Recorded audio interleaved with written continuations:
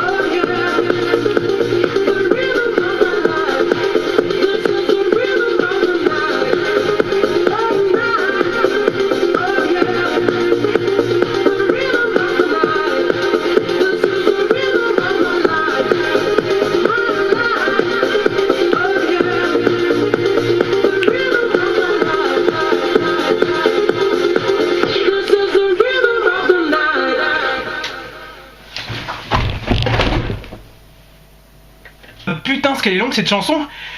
4,23 4,23 quand même, de musique.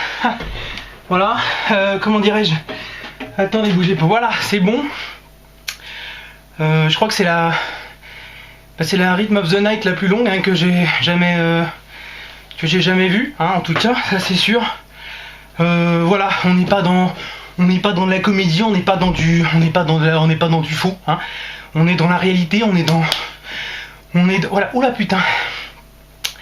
Alors, comment dirais-je? Oui, igloo, igloo, igloo. En fait, j'ai foiré le coup tout à l'heure. Igloo, igloo, igloo, c'est ça, c'est la réponse à que font les Esquimaux quand... Attendez, bougez pas. Que font les Esquimaux quand ils font la fête? Que disent les Esquimaux quand ils font la fête? Ils disent igloo, igloo, igloo. Et merde. Sur Ramirez, excuse-moi, j'ai foiré la... Attendez, bougez pas. Que disent les Esquimaux quand ils font la fête? Ils disent igloo, igloo, igloo. Bah oui, mais comme il y a eu Corona entre temps, là la chute est déjà tombée et la bouteille. Alors non, la bouteille, fort heureusement, n'est pas tombée. Monsieur Ramirez, elle est toujours là. La bouteille, non, sinon ça aurait été un peu dégueulasse. Voilà. Et bah c'est bien de faire un petit peu d'exercice à 1h30 du matin le dimanche. Je vous le recommande, je vous le conseille. Hein, ça réveille un petit peu, ça remet un petit peu d'énergie. En tout cas, voilà, clin d'œil. Aux années de vacances et aux années d'auto-tamponneuse, puisque bien évidemment cette musique Rhythm of the Night a quand même cartonné tout spécialement et bien, dans les, comment dirais-je, les fêtes de vacances, les campings et surtout donc les espèces de parcs d'auto-tamponneuse. Je m'en rappelle comme si c'était il y a une quinzaine d'années. Alors, 1h35 du matin, ce qui est absurde parce que forcément si c'est 1h35 c'est le matin. Voilà, vous êtes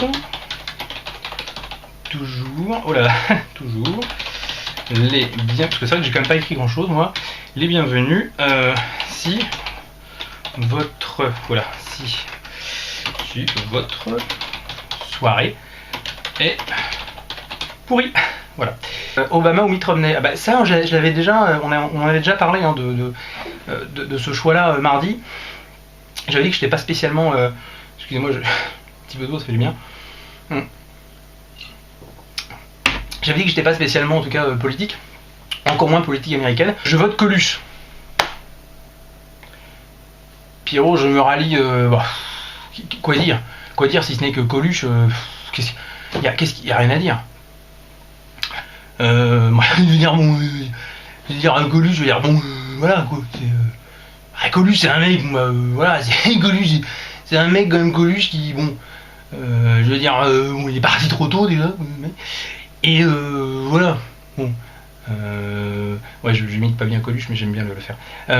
Coluche, bah voilà, par exemple, c'est l'histoire d'un mec, d'accord, mais c'est l'histoire d'un mec qui est sur le pont de l'Alma, le mec, pas con le mec, et c'est l'histoire d'un mec qui est sur le pont de l'Alma, d'accord. Mais c'est l'histoire d'un mec qui est sur le pont de l'Alma qui regarde dans l'eau le mec. Monsieur Ramirez dit je vote Las Palais. Alors ce qu'il y a c'est qu'avec ma connerie d'animation et de chorégraphie sur Corona, j'ai un petit peu la voix qui est partie en cacahuète. Hein. Ceci dit c'est normal, hein, avec la Corona quoi de mieux que de bouffer des cacahuètes. Parce que c'est vrai que ouais Las Palais. Ouais mais je sais pas, je le sens pas là. Ah mais toi je sais pourquoi tu me dis je vote Las Palais, mais je le sens pas là. Je le sens pas parce qu'entre la blague du tétard, entre la blague de... entre les Esquimaux et igloo igloo, là je sais pas, je laisse pas là, je suis pas sûr là. Oui non mais Las Palais, je te jure je le sens pas. Mais non mais je le sens pas Las Palais.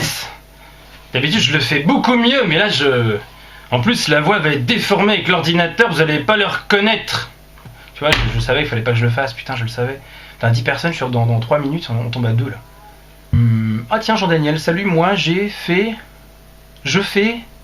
Oh punaise. Salut, moi je fais le buzz. Salut, moi je fais le buzz. Super Jean-Daniel, nickel. T'as fait la fête aussi ce soir, je pense, non? Jean-Daniel, entre nous, enfin si tu... C'est tu t'écris toujours comme ça ou là t'as fait un effort spécialement pour ce soir en toute amitié je te demande hein, salut moi je fais le buzz lisez le message de Jean-Daniel, il est terrible. Fais le buzz, je t'en prie Jean-Daniel, fais le buzz avec toutes les lettres dans l'ordre comme tu les as mises là, ça a l'air bien parti. J'ai arrêté... Ok, j'ai arrêté l'école en CE2. Ok, c'est énorme, super Jean-Daniel. Mais en tout cas, j'adore ce que tu écris. Surtout, j'adore ta façon d'écrire. Voilà, énormément de créativité, énormément d'inventivité dans les mots, dans les lettres, dans la façon dont tu as de les placer, de les utiliser. Oui, remarque de mon ami le guerrier rousse, Jean-Daniel, est-ce que ton deuxième prénom ne serait pas éventuellement Jack, hein? Suggestion, compte tenu de la facilité que tu as à t'exprimer, notamment à l'écrit. Alors, entre parenthèses, Jean-Daniel, alors c'est super. Je vais pas être en mesure par contre de lire tous tes messages, en tout cas si t'adores ce que j'ai là, va voir mes... Ok. Donc bon, continue comme ça, je t'encourage, va au bout de tes rêves. Par contre, ouais voilà, parce que ça demande énormément d'efforts et de concentration pour arriver à lire 3 de tes mots l'un à la suite des autres. Donc je vais pas pouvoir, même en mobilisant toute mon énergie, ça va être un petit peu compliqué. Je pense que Jean-Daniel a appelé un de ses potes à lui, la personne de Blue War 57, qui lui aussi a une façon de s'exprimer absolument fabuleuse, avec plein de lettres dans le désordre et plein de mots absolument incompréhensibles. Alors déjà Jean-Daniel, je voulais dire que t'as une tête qui me fait énormément délirer, parce que t'as quand même une belle tête de vainqueur avec tes lunettes tes lunettes de soleil, mais dans la pénombre, c'est-à-dire que tu t'es pris en photo de nuit avec des lunettes de soleil, ça déjà je trouve que c'est absolument révolutionnaire comme concept. Donc ça me fait bien délirer, tu me fais bien rire avec cette tête. Et Jean-Daniel, mais écoute Jean-Daniel, si tu n'es pas à ton aise, ce que je conçois tout à fait, parce que effectivement là tu es en présence de personnes qui, en tout cas où la communication a peut-être du mal à passer, parce que ce sont des gens qui parlent avec des mots assez normaux, assez classiques. Et toi, je pense que c'est plutôt sur un mode d'expression plus compliqué, hein, avec des lettres et des mots mis dans un ordre qui ne sont pas forcément, en tout cas, la conception que tout le monde peut avoir de la langue française.